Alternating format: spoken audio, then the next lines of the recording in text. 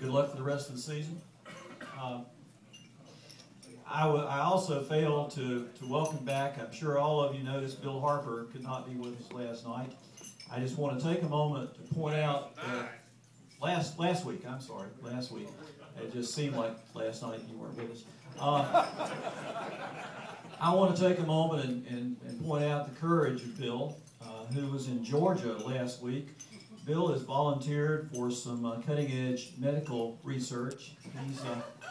He's part of a double-blind pool that for the next 6 months will try to determine whether the addition of additional roughage to the diet of senior citizens improves their mood. Half the group will, of course, eat additional roughage. The other half will have the placebo. And early on, I would say it appears Bill is getting the placebo. Okay.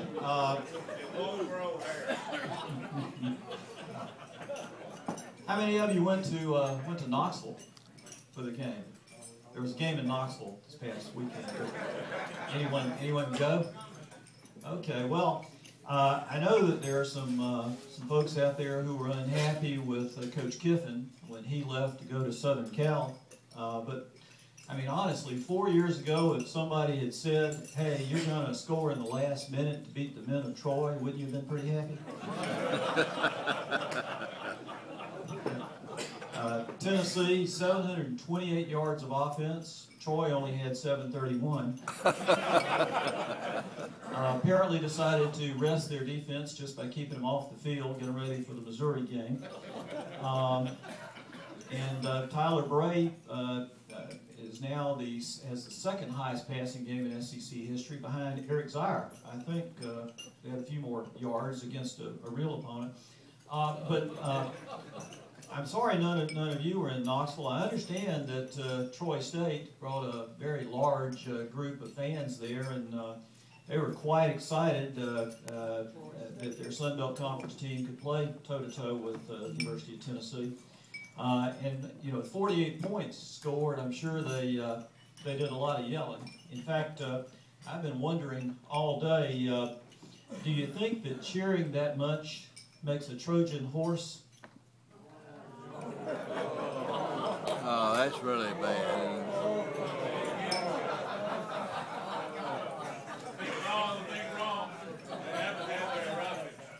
Okay, just one final point. I read a very timely article a couple of weeks ago about the top 10 ways to avoid losing your job. Actually missing from that list was being shut out by Vanderbilt for the first time they've had a shutout in 44 years. So it's unfortunate. No joke here. I think we all like Coach Phillips a great deal, and he was. It just shows how tough this conference is. He was here as the coach of participant in the Liberty Bowl, I think just 2 years ago. Is that right? 3 years ago, and this year had a lot of injuries, and in fact, I think lost most of his quarterbacks. So it's a shame, but it's job security is not part of coaching in the SEC. But you know, job security is not a part of anything anymore. 7.9% national unemployment, seasonally adjusted for UT graduates up to about 14%.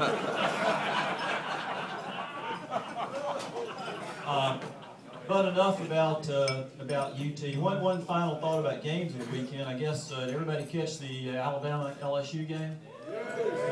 What an exciting end. Notwithstanding that LSU lost, I'm still love to watch Coach Miles' time management in the last minute of the game. It's really a thing of beauty.